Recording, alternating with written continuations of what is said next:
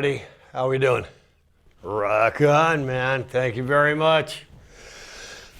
Hey, everybody. My name's Tom Timbrooks, and well, that's Kyle. He's Kyle Dodderman. He's helping out over here at MCM, the McMinnville Community Media. That's place where I'm at right now. Real great place. You come down here, you make yourself a video, just like me, just like anybody. So here we go. I'm going to start this up. My name is Tom Timbrooks, and I am running for the United States House of Representatives for Oregon's 6th Congressional District for the Republican Party. And my whole thing is I want to do more jobs for Oregon, which means less dependence on government welfare. Okay? And that's my whole deal. Oregon right now it's one of the worst places in the United States for a business to set itself up. It's a very unfriendly environment for businesses, and we're losing businesses. We're losing people who are good at doing it. And California is the same kind of situation. They're losing people, and it's this whole thing where it's like California, Oregon, Washington, very, very wealthy places. Very wealthy places, excuse me. For a long time, very wealthy places. And so a lot of people moved here, and a lot of people kind of expect that the wealth is never going to go away. We're always going to have all the money in the world. Everything. So a lot of people moved up here, and there were all kinds of really nice welfare programs going on that that help, like Oregon. Oregon has got the Oregon health care. You don't really, this is kind of an unusual, weird thing. When I first moved up here, I heard about Oregon health care. What's that? Socialized medicine, Obamacare or something like that. And I always heard socialized medicine was like the worst possible thing. But the Oregon health care plan is actually a very good taxpayer subsidized health care plan. And so, I was paying like $400 or $500 a month for health insurance, and where I worked, and I was like, why should I do that? So, anyways, that's a really good plan. And so there's a lot of reasons for people to move to Oregon, and so we got a lot of people who became dependent on the system here, and that's okay as long as the system holds up. Well, once you start going socialist, the tendency is to kind of keep going socialist. And socialism doesn't work. Social programs, that's okay, because social programs are not socialism. But too many people conflate socialism with social programs, and the two things are different. Socialism is where the government just takes over all of the means of production, and social programs are just where people who are making a decent living pay a higher income, higher taxes on their income to support people who are disadvantaged, are in a difficult situation, like actors and comedians and farmers, people who are not as advantaged as people like myself, manufacturing engineer, making decent money as a manufacturing engineer, doing a lot of stuff, and having good jobs.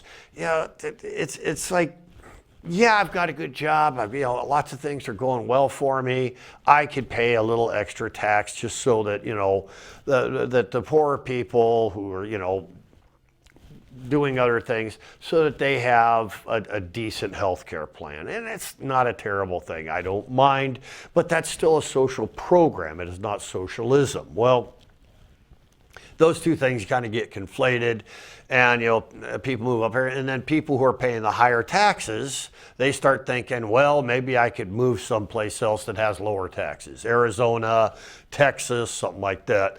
And so they move there.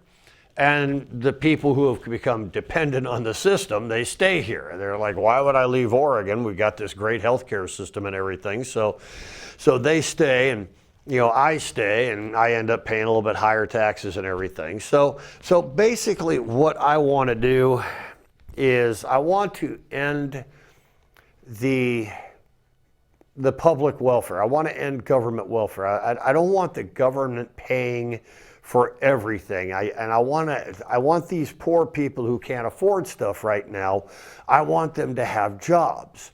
And the jobs, most manufacturing jobs are very simple jobs. Anybody could do it. You got a high school degree, you can read a little bit, you can do a little bit of math, then you could do one of these manufacturing jobs. They're really, really not difficult.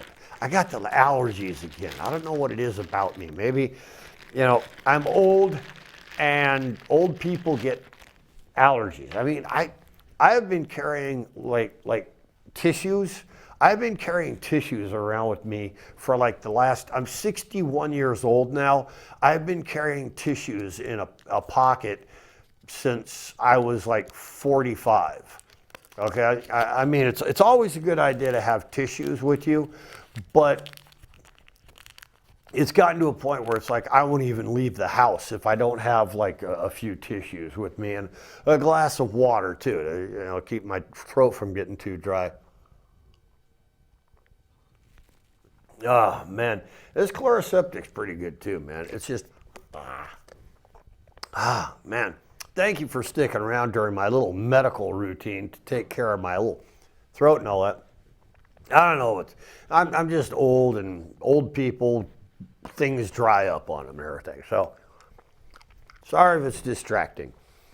So, more jobs for Oregon is what I want. I want to do that, and the way I'm going to do that, I'm a manufacturing engineer, been a manufacturing engineer for a long time. In fact, this week, I went ahead and talked with the mayor of McMinnville, a really nice lady, and she directed me towards how to manage a campaign, how to get in contact with certain people, and I'm going to go ahead and proceed with that. I just... it's paying for a campaign. I'm going to try to figure out how to pay for a campaign and everything. But I don't want to be the person who spends like, $5 million of campaign funds for, so I can get a job that pays like $175,000 a year. I think it's $178,000 a year.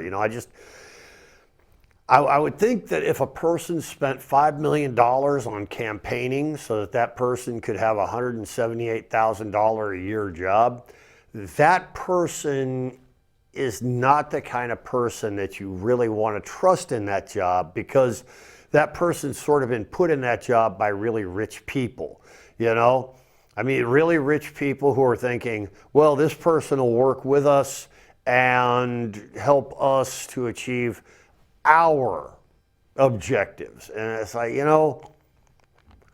don't think a politician should be trying to help, really rich people to get their objective done, or really anything, people. I think a politician's job is to accomplish, the government's job, the purpose of any government is to accomplish collectively that which cannot be accomplished by the individual. And we in America, our founding document says all human beings have the right to life, liberty, and pursuit of happiness. So the collective objective of the American government is to ensure that all American citizens have the right to life, liberty, and the pursuit of happiness protected. Okay? And you cannot be a government official and be able to protect other people's right to life, liberty, and pursuit of happiness if your agenda is dictated by the wealthiest 5% or something. So, I mean, for me, if I were to see somebody having a campaign that looks really professional and really amazingly well done and everything, and looked like it costs a lot of money, I would be wondering, how did that person get all that money? Because I mean, That's like several $1 million in campaign funds, and it's like, what was it? Bernie Sanders is always big to bring up that with Donald Trump's campaign, Elon Musk donated $270 million to Donald Trump's campaign. And that was almost half of what Donald Trump's campaign was, okay? Because Donald Trump's campaign had like a total of maybe $500 million, okay? And what Bernie Sanders never really brings up is that the Democrats had $1.6 billion. So, I mean, where are you? It just makes no sense to me that anybody would spend $1.6 billion or $500 million on a campaign, and they would think that, well, nobody in America is going to think that I'm going to be prioritizing the rich people's agenda. It's the purpose of the American government is to defend everybody's right to life, liberty, and pursuit of happiness. Did I say liberty? Liberty. Life, liberty, and pursuit of happiness. Okay? You can't do that if you're a slave to some rich person's agenda, all right? And I've been told several times by different people, if you really want the job as a representative, you're gonna have to campaign hard, and it's gonna cost you at least $3 million. And I'm like, well, I don't really want the job of representative. I want the ability to accomplish that which a representative can accomplish. And what a representative can accomplish for the state of Oregon is what every representative, every state has representatives. And so every representative goes to Washington, D.C. with one goal, and that one goal is to bring federal money to their state. Okay, and that's going to pay for infrastructure, it's going to pay for bridges, freeways, cancer clinics, things of that nature.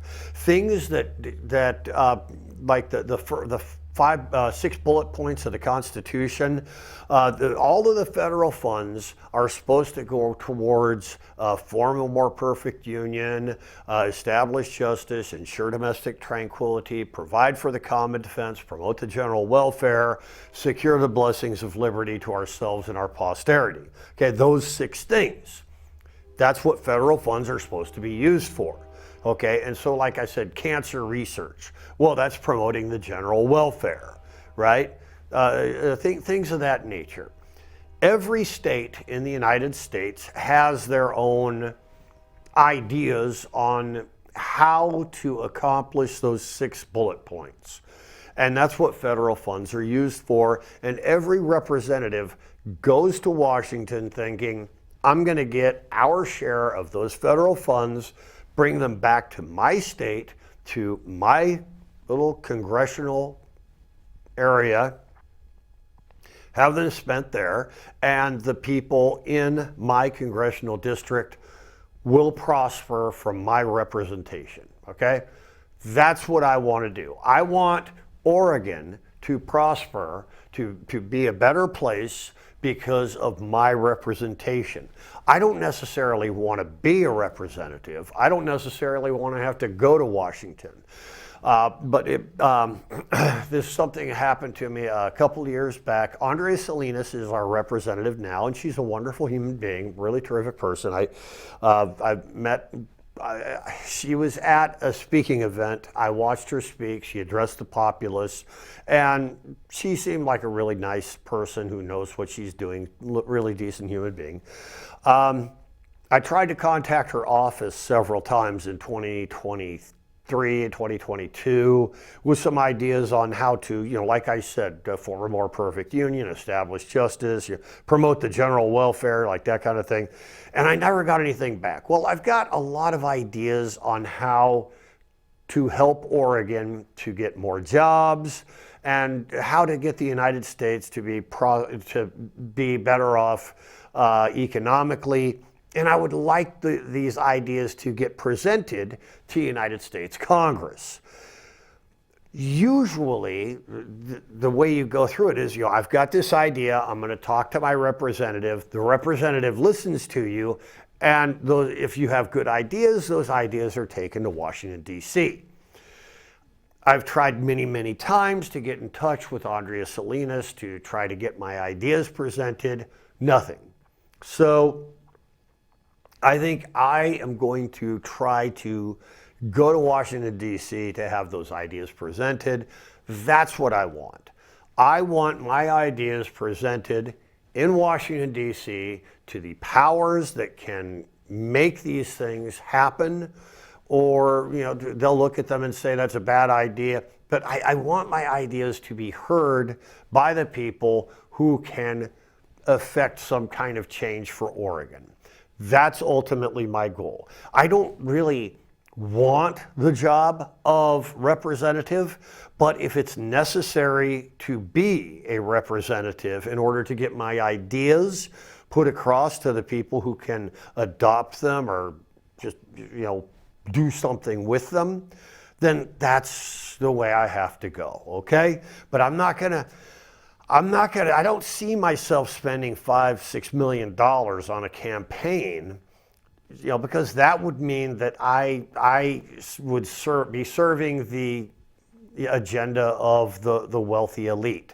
I don't really want to do that. I want to make Oregon a better place, okay? And that's my objective, okay? But anyways, I got some slides. This week, I wanted to talk about gerrymandering because this has been in the news a lot lately. Texas is adjusting its congressional map, and they're doing it a little bit early, and Donald Trump is saying, yeah, we want to pick up 5 Republican seats. Let's do some gerrymandering and figure out how we can do it. And in my view, I don't think that should be done.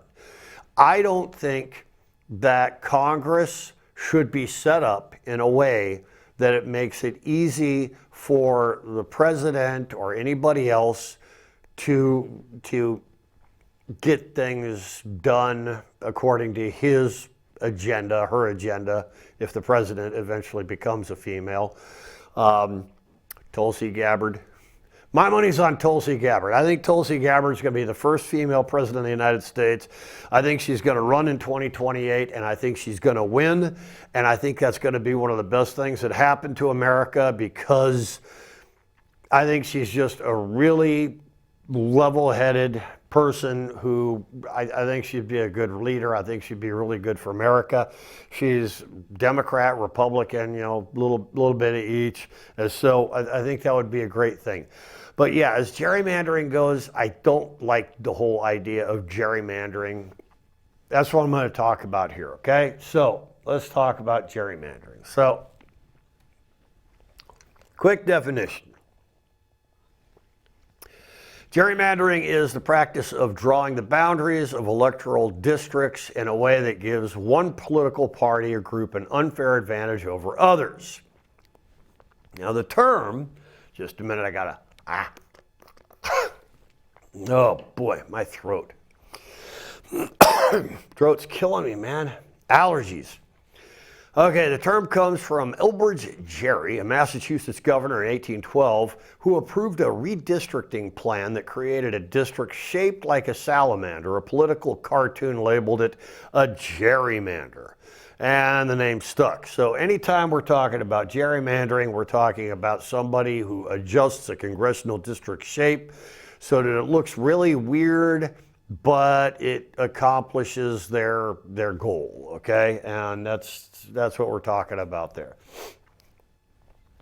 How it works. There are 2 main tactics. Cracking, which splitting the voters of opposing parties across many districts so they're always outnumbered, and packing, cramming the opposing party's voters into a few districts so they win big there but lose everywhere else, okay?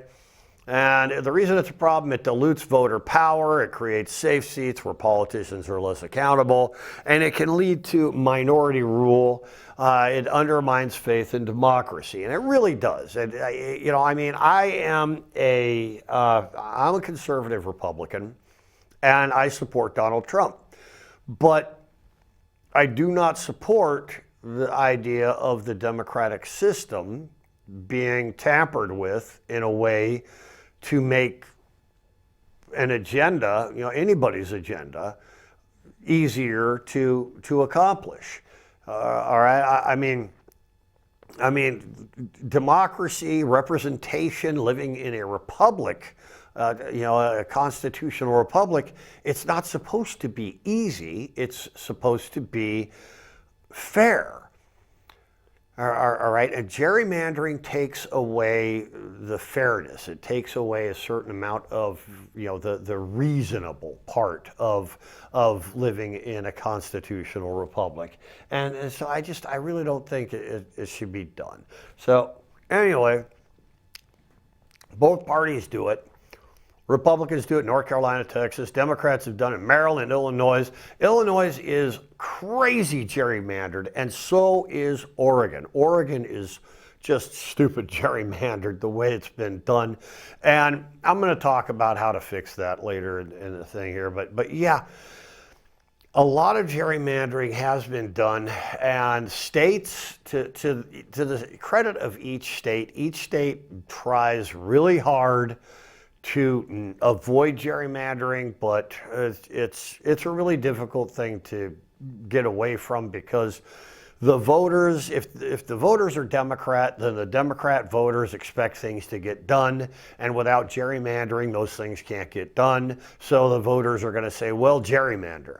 And the same thing with Republicans. The Republicans are going to say, well, we need certain things done, and these are good things because we're Republicans and we were elected, so blah, blah, blah, And it's like, no, guys, seriously, gerrymandering is never a good thing, and it's not going to destroy the republic, but it's really, all it really accomplishes is, one side looking bad while another side looks like, they're being victimized. And, so I don't really like it. So Republicans have done it, Democrats have done it.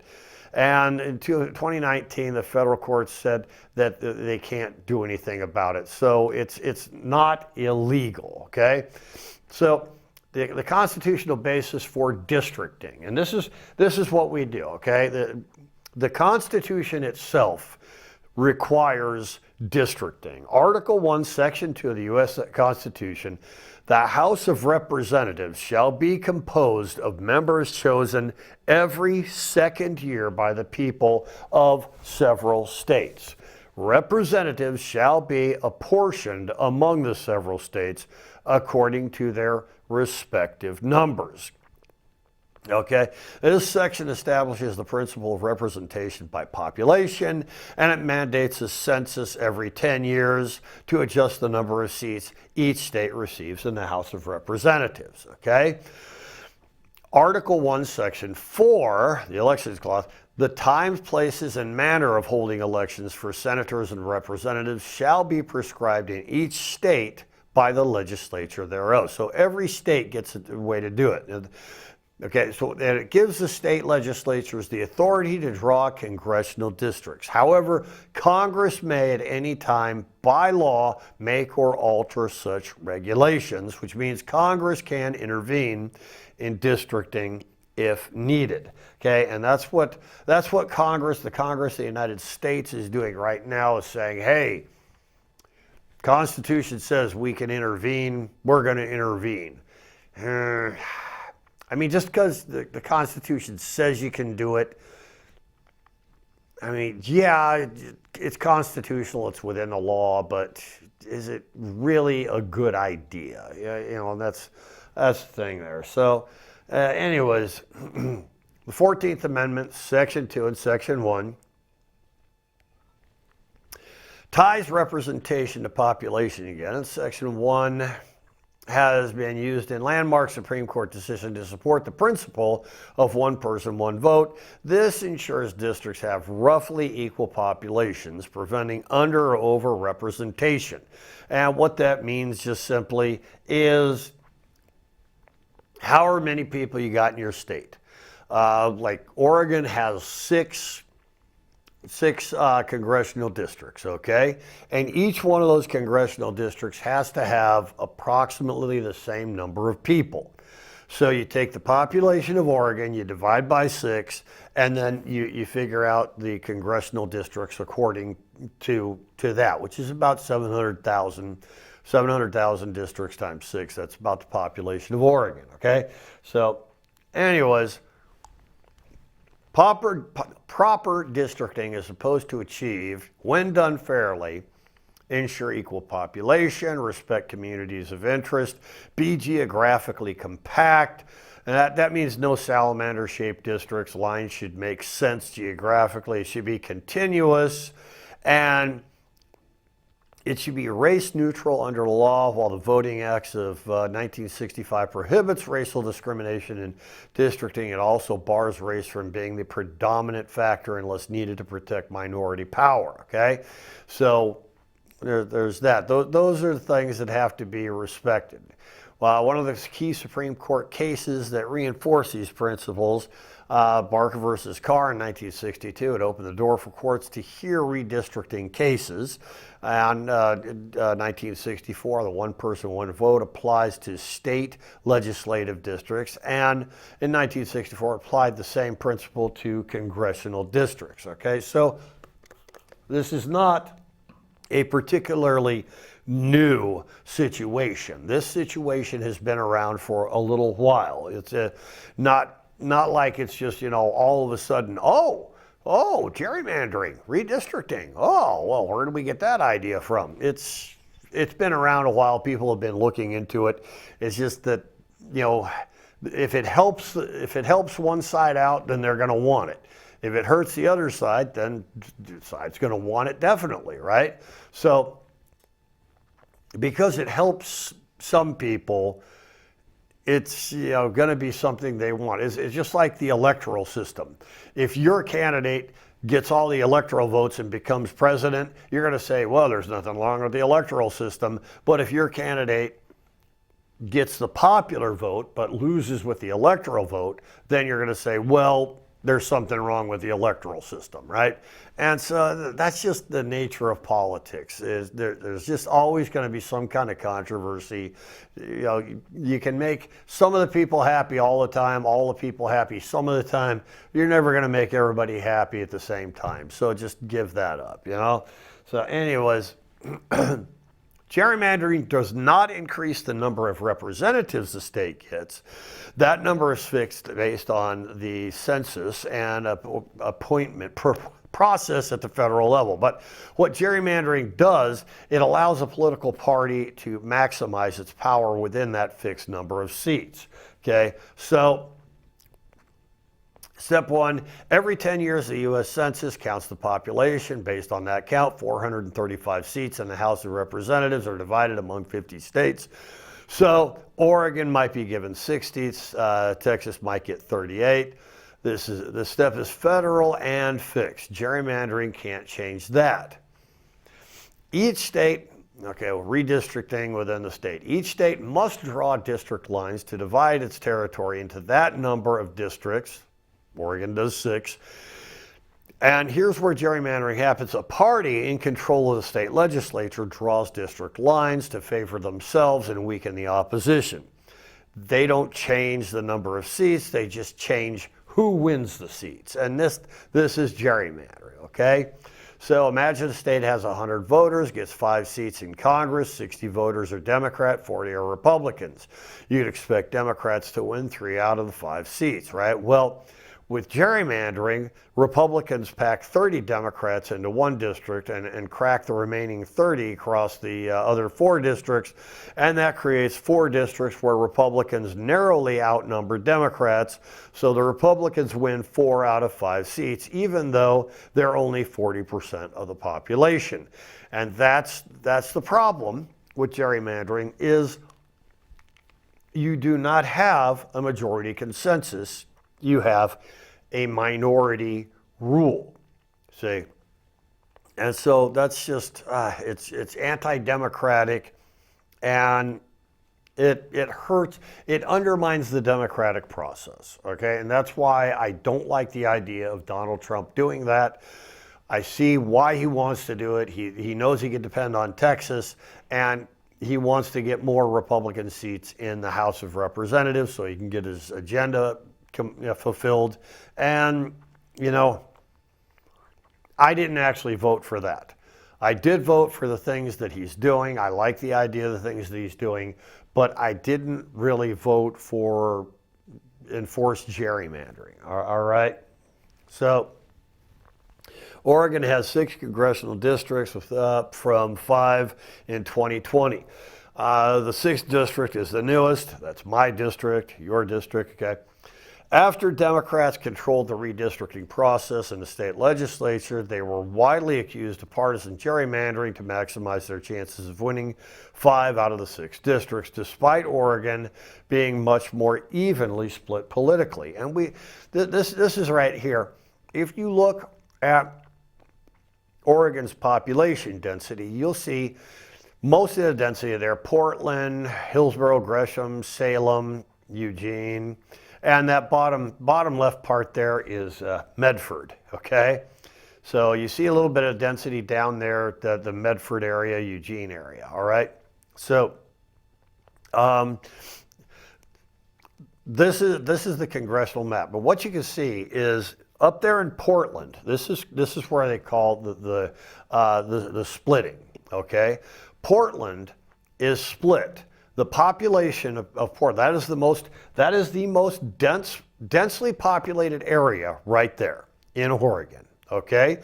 A very big percentage of the people in Oregon live in that area. And so that area was split in 4 sections. And 1, 3, 6, and 5, those are the congressional districts that split up that section. And because that is the most densely populated place in Oregon, those 4 congressional districts, number 1, 3, 5, and 6, all of them are going to be controlled primarily by what the people in Portland want. Okay, and that's a very large geographic area in order, you know, for any kind of fairness. The people who live down in Bend, you know, they're across the Cascades and everything, they have much different needs than the people in Portland and Salem. Okay, but they have to live their lives according to the needs of Portland. And it's the same thing with over here in Congressional District 1. That area, the people who live in that area, they're much different than the people who live in Portland like that. See, but this is an example of gerrymandering. Portland, the greater Portland area, is going to control 4 different congressional districts. And Eugene, down there in the 4th congressional district, that's also a very densely populated area. But you'll notice that Medford has been left in Congressional District 2. And that's because Medford generally goes very conservative. Okay, they could have separated this where Eugene and Medford could be in the same congressional district, but they knew that the people around the Medford area generally vote conservative. So District 4 was shaped in a way to avoid including Medford so that they could have a liberal Democrat district. You see, so this is some gerrymandering here. And so what in Oregon, we have a very large group of conservative people. In fact, probably about 50% of the people in Oregon, probably more than 50%, are conservative. In fact, the number of liberals I have met since I've lived in Oregon are very, very, very small number of liberals. Most of the people I've met have been conservatives. And so, you know, I have to wonder, how is it 5 out of the 6 congressional districts are Democrat when 50% of the people are conservative? Well, that's just gerrymandering. So District 5, oh, there we go. One of the key signs of gerrymandering in Oregon is the partisan map drawing, like I just showed you. In 2021, the Democrats held the majority in the legislature and controlled the redistricting process. And despite agreeing to a bipartisan committee, Democrats later took over the process, drawing maps that heavily favored their party.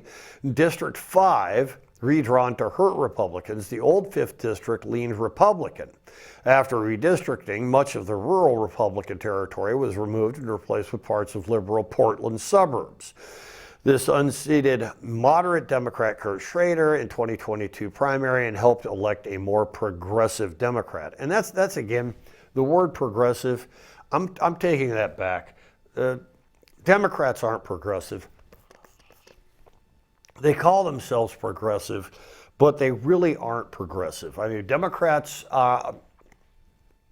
I'm not going to say, I don't want to say anything bad about Democrats in general, but when you think about it, okay, the Civil War, the Democrats fought for the side of the slaves, the South, okay? In Texas, you have the Democrats that were preventing the 13th Amendment, the anti-slavery amendment from being enforced. And that's what Juneteenth is all about. Juneteenth is all about the Democrats in Texas finally having to give up all their slaves. In the 1960s, with the Jim Crow laws, the Republicans are the people who got rid of the Jim Crow laws. The Democrats are the people who held on to the Jim Crow laws tooth and nail. Okay, so really, Republicans are much more progressive than Democrats if you consider progress to be standing up for the rights to life, liberty, and pursuit of happiness. Okay, the American government is all about standing up for the rights for life, liberty, and pursuit of happiness, protecting the individual's rights to life, liberty, and pursuit of happiness. That's what Republicans are all about. That's what we've always been about. That is the progressive agenda. Democrats call themselves progressive, but you have to examine their agenda. You have to say, okay, what's progressive about your agenda? Well, women's rights. Well, actually, if you want to know about women's rights, the Republicans have done more for women's rights than anybody, okay? Women weren't allowed to vote. Republicans made sure they were allowed to vote. Women weren't allowed to go to higher education, like college. Republicans made it possible for women to go to college. Women were discriminated against in the workplace. Republicans made it so women cannot be discriminated against in the workplace. So if you want to look at progressive, I mean, Republicans are progressive, and I'm going to take back progressive. If I ever go to Washington, I'm going to make sure that Republicans get progressive, okay? Okay, so let me see, make sure that was, yeah, I did that. Okay, so District 6, that's the district I live in. It was drawn to include a mix of urban and rural areas, but with enough Democrat-leaning urban voters, like Salem and parts of Portland suburbs, to give Democrats an edge. Critics argue it was engineered to create another winnable seat for Democrats, which, I mean, it looks like it was. Like I said, those 4 districts, 1, 3, 5, and 6, all about Portland, okay? So now the compactness and continuity issues, several districts stretch awkwardly, mixing very different communities, like the 5th goes all the way down to Bend and like that. The rural areas with Portland suburbs. This weakens the voice of rural and conservative voters, which is a problem with me because, I mean, most of the state is very rural. Oh yeah, I mean, if you drive up and down the I-5, Interstate 5, you will see big cities. You'll see Eugene, Salem, Portland, Tigard, like that. You will see some very dense big cities. But most of the time, you will just see open country, okay?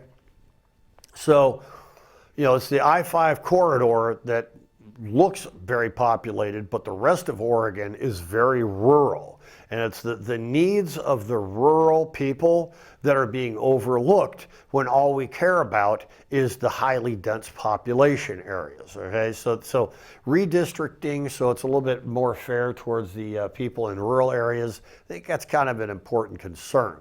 Okay.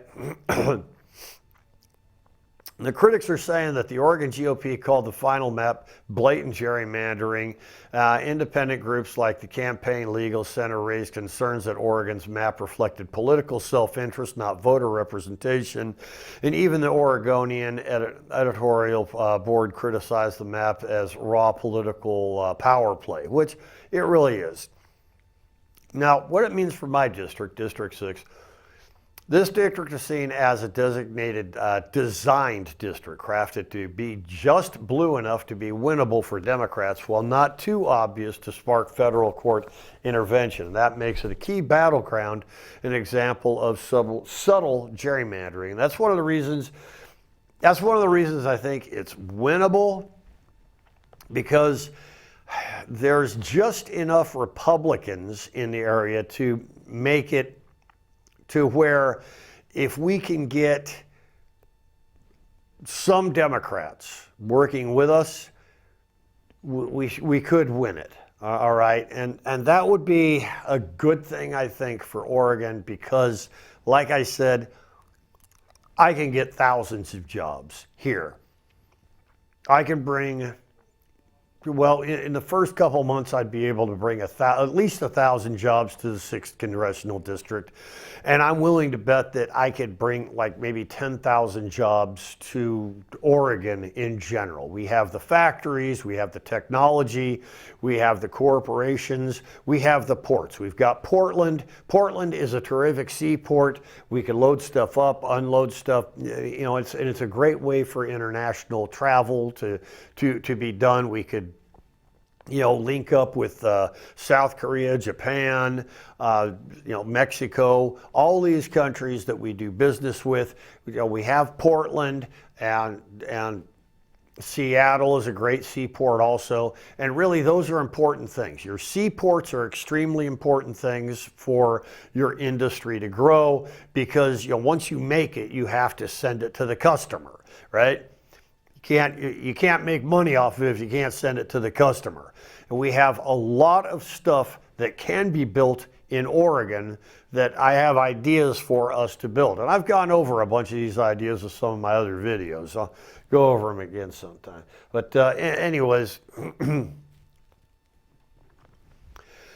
if we want reform, there's growing support in Oregon for partisan redistricting commission like California's, or stronger rules about compactness and keeping communities of interest together. AI, now that's what I like, is AI, because it's completely indifferent, especially when used in transparent, bipartisan, and accountable way, can help eliminate gerrymandering, or at least drastically reduce its abuse. And here's a breakdown of how we could end gerrymandering using both technology and governance-based solutions. Number one, create independent redistricting commissions.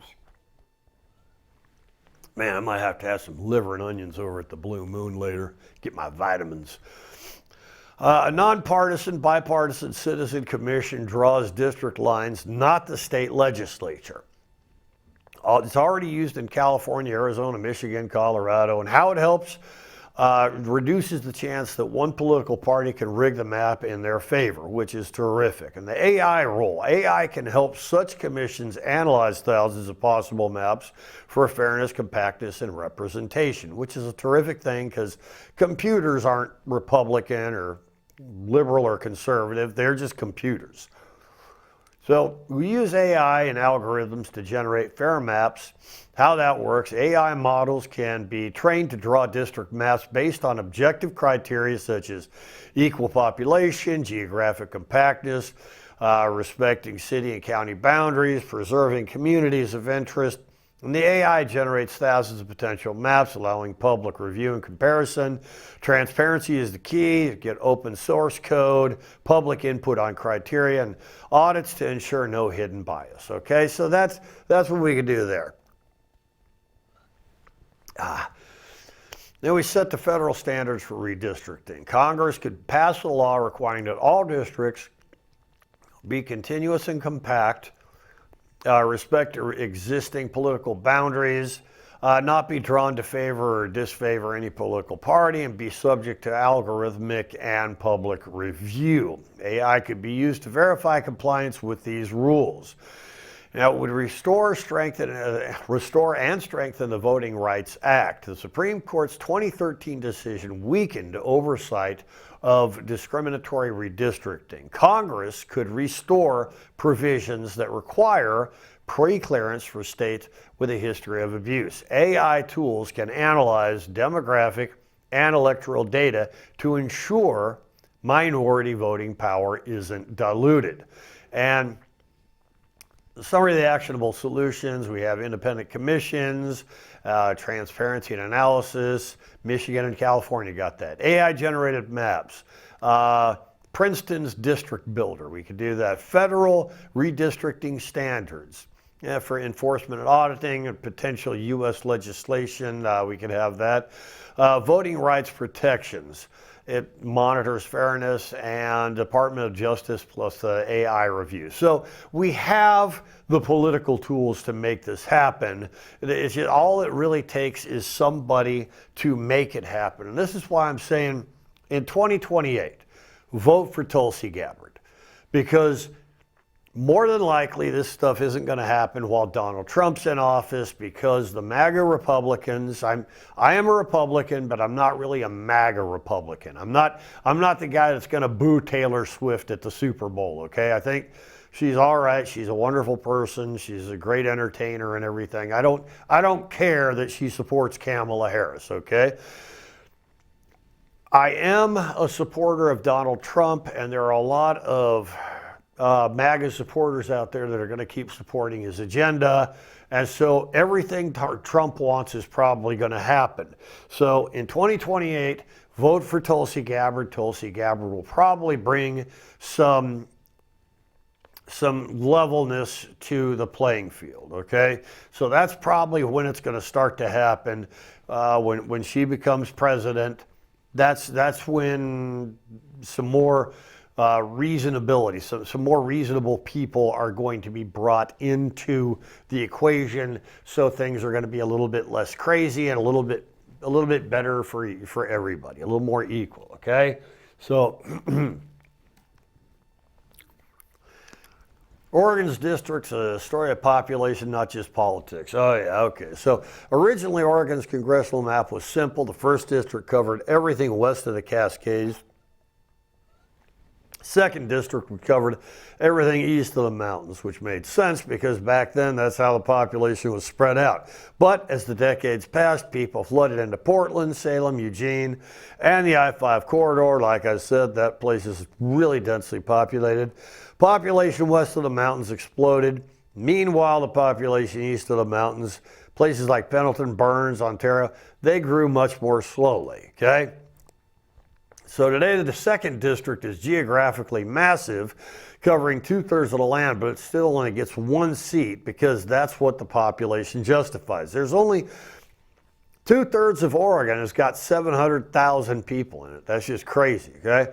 Meanwhile, the west side, with cities stacked together and booming suburbs, now contains 5 out of the 6 districts, and that's not gerrymandering. That's just demographics and constitutional math, okay? So that happened naturally, and because it happened, that's how the districts are written, okay?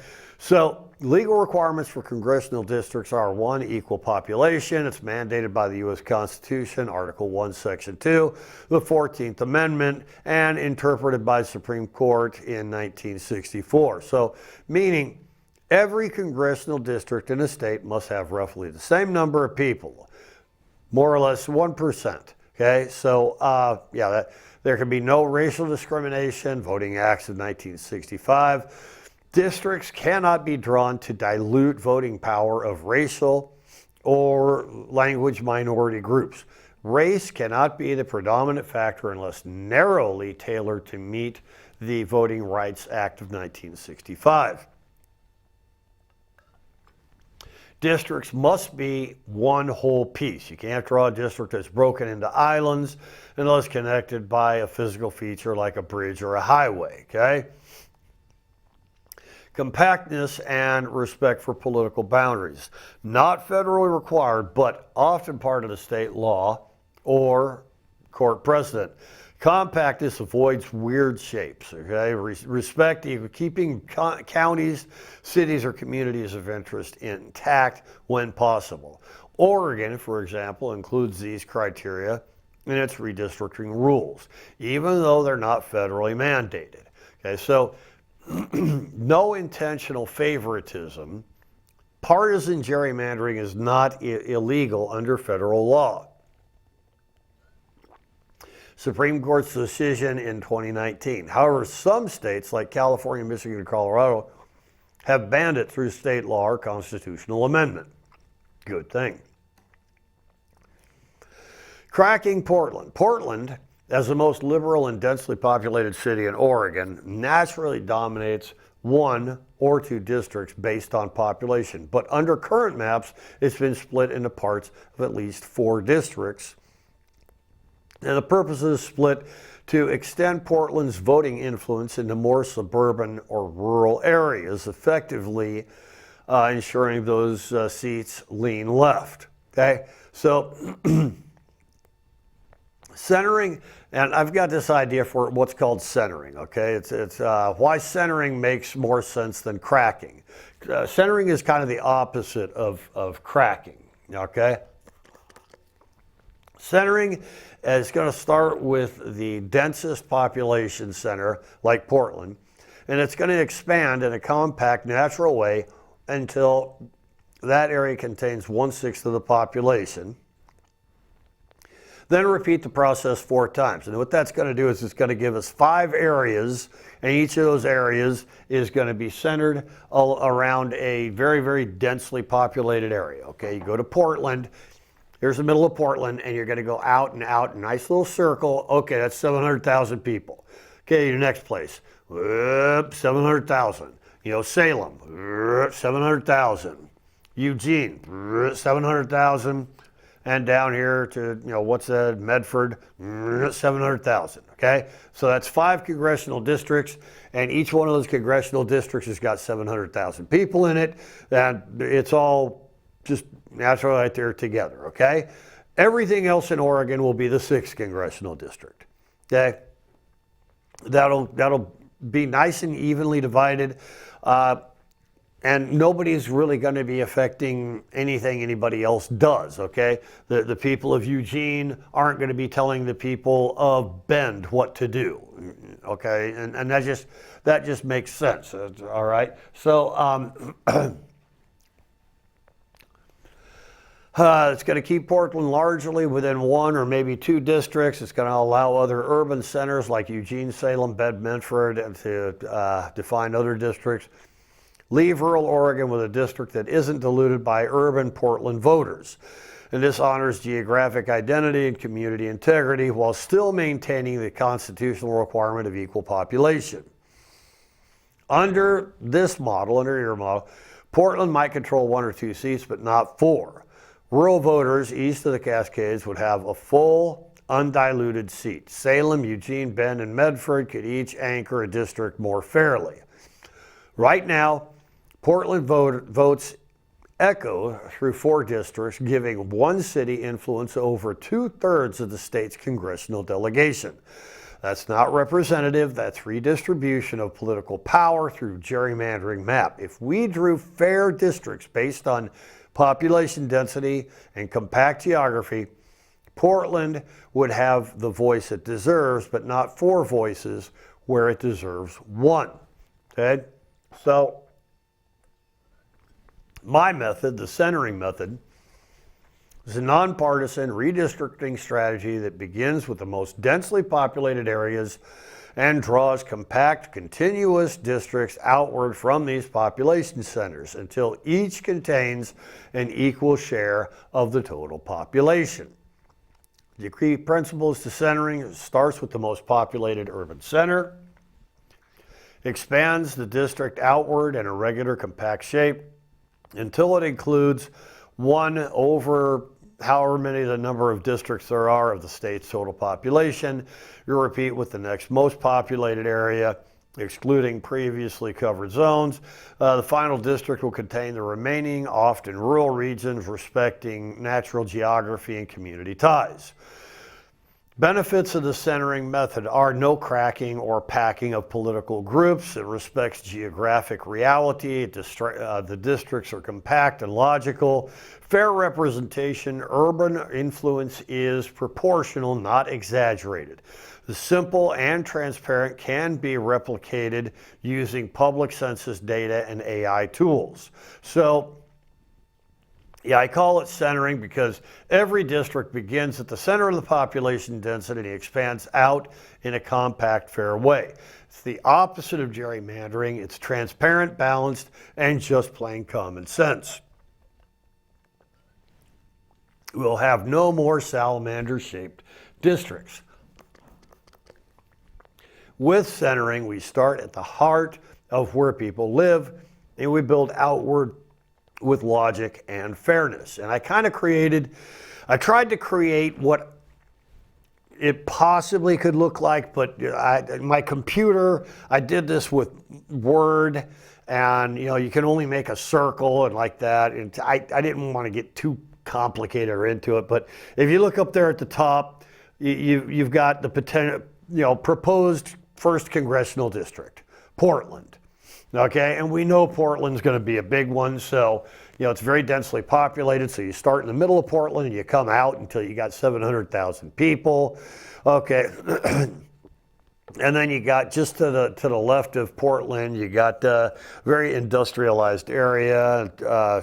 What do we call it? Beaverton, right? Beaverton. Around the Beaverton area, Tigard and like that, you've got a lot of people, very densely populated, and so. You go out from there until you got another 700,000 people. Salem, you do the same thing. Eugene, you do the same thing. And Medford. So here you have 1, 2, 3, 4, 5 congressional districts, and each one's going to hold 700,000. The 6th congressional district will just be everything that's left over. All right? So you can see on this, the people of Eugene aren't going to be telling the people of Bend what to do. The people of Portland aren't going to be telling the people of Bend what to do. Okay? And with the congressional district, see, and it's like I said, every congressional district, your job as a representative of a congressional district is to bring federal tax dollars back to your congressional district, okay? Now, let's say I am in the 5th congressional district. Well, Portland is in control of the 5th congressional district. So any federal tax dollars that are brought back to Oregon are going to go straight to the Portland area, right?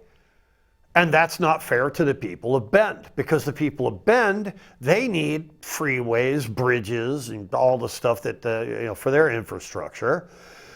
That's the same thing with the 6th congressional district there. Okay, we got the 6th congressional district. That's going to be Portland and Salem. And with the 4th congressional district, the only thing that the representative for the 4th congressional district, the way it's drawn now, that's a very big chunk of Oregon, but all of the money that's brought back is going to go straight to Eugene. Okay, so I mean, let's look. There's a lot of money that can be brought back to Oregon, and that money can be distributed amongst a lot of places in Oregon. But what's going to get most of the money is Portland, Beaverton, Salem, Eugene, and Medford. Those are going to be the places that get all of the money, and that's not fair to the people of Oregon, because everybody in Oregon is paying these people to go to Washington, D.C. Everybody in Oregon deserves to have some of the federal dollars that are brought back.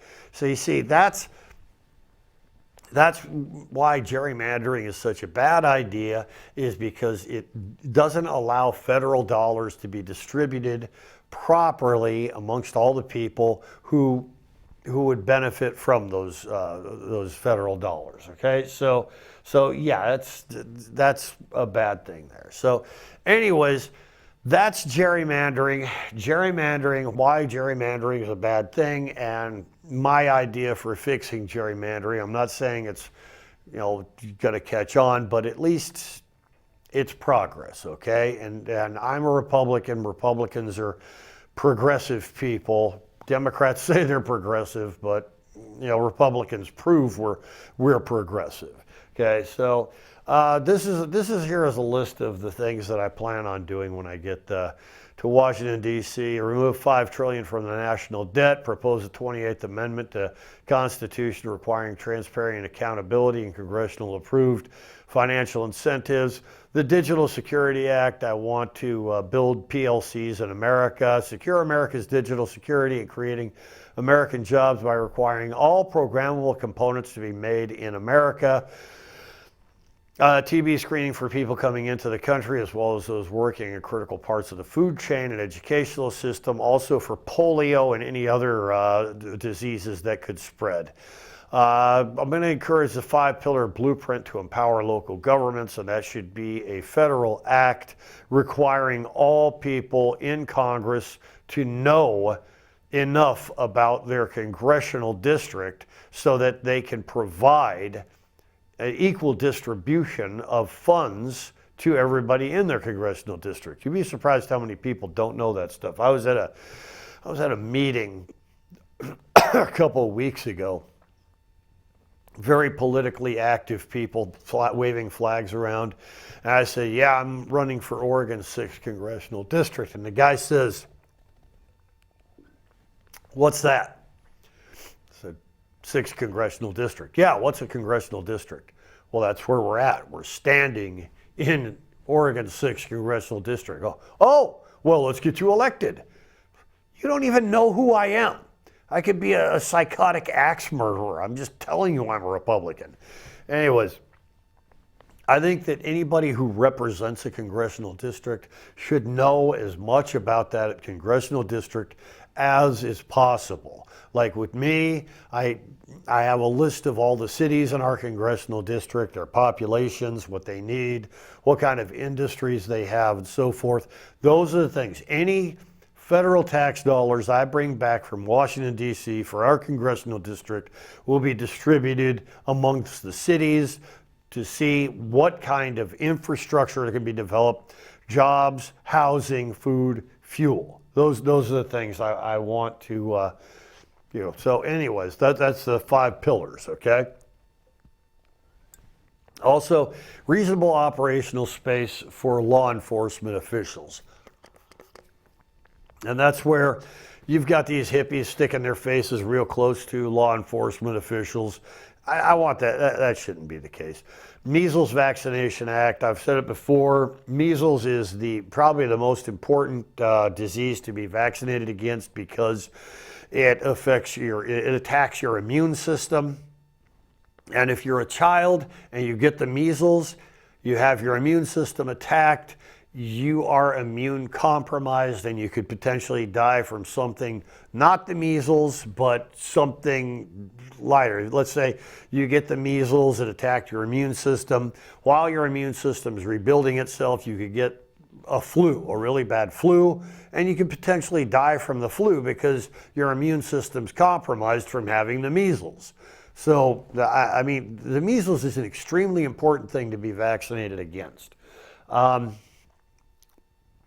The America Talent First Act, and that's because a lot of times you have people in the United States who have a lot of talent, but corporations they get financial incentives to look overseas so that they can get a DEI hire. Well, I want to abolish that. I want to quit the DEI hires, and I want to put American talent first. No corporation should get any financial incentive for hiring somebody from another country. That's all there is to that. Immunotherapy for cancer. And this is something I want to build here in Oregon. Is a research center for immunotherapy to fight cancer because, chemotherapy is a horrible, horrible thing. It's a terrible burden to bear. And, it's just the immune system is geared up to fight cancer. We should work with what nature has given us. And I want to promote in-person voting by showing legitimate security concerns, which there are a lot of legitimate security concerns which would necessitate in-person voting, okay? Those are the 10 big ones. There's others, but that's what I want. And so, yeah, like George Carlin said, never underestimate the power of stupid people in large groups. Well, yeah, never underestimate the collective potential for tyranny and hypocrisy from strategically placed, ideologically indoctrinated politicians and the activists who enable them. I'm talking about Antifa and those crazy thugs. Got to do something about that. It's like I said, by the end of Donald J. Trump's presidential term, there will be 3 camps in America: the faithful who always committed to supporting him, the awakened who eventually came to support him, and the stragglers who chose credibility over comfort, knowing it would cost them a seat in their groupthink echo chamber. Your camp, faithful, awakened, or straggler, will be entirely up to you. So, yep, that's okay. So that is my presentation, and so thank you very much for joining me. And just remember, vote for me for House of Representatives, Oregon's 6th Congressional District. I want to bring jobs to Oregon. Okay, so thank you very much. Thank you very much for listening to me, and take care of yourselves.